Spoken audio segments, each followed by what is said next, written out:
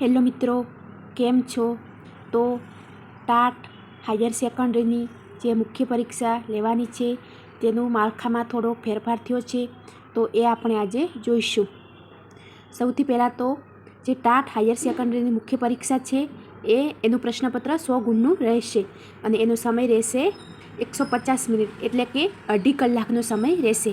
તો તેમાં આજ મોટો સુધારો એ જોવા મળ્યો છે કે પહેલાં આપણે જ્યારે 2023માં પરીક્ષા હતી ત્યારે એમાં નિબંધ 1 લખવાનો હતો, પણ નવા માળખા મુજબ હવે આપણે 2 નિબંધ લખવાના રહેશે. આપણને 3 નિબંધ આપેલા હશે, એમાંથી 2 નિબંધ લખવાના રહેશે. જેનો એક નિબંધ 10 ગુણનો, તો 2 નિબંધ 10-10, એટલે કે બંને નિબંધ 20 ગુણના રહેશે, જે તમારે ધ્યાન રાખવાનું. તેના પછી આપણને સંક્ષેપીકરણ પણ 2 ફરજિયાત લખવાના. પત્રલેખન, તો પત્રલેખન પણ બંને ફરજિયાત લખવાના, અને ચર્ચાપત્ર એ પણ બંને ફરજિયાત લખવાના. તો આમ આપણે 2 નિબંધ, 2 સંક્ષેપીકરણ, 2 પત્રલેખન અને 2 ચર્ચાપત્ર, અને દરેકના 10-10 ગુણ, એટલે ટોટલ 20 ગુણના રહેશે. અને તેના પછી છે આપણે વ્યાકરણ.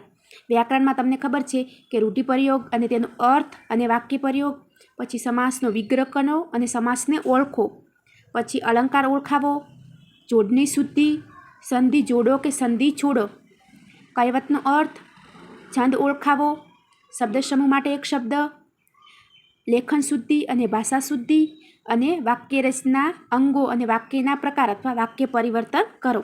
તો આ રીતે આપણે પ્રશ્નપત્ર 1 100 ગુણનું રહેશે.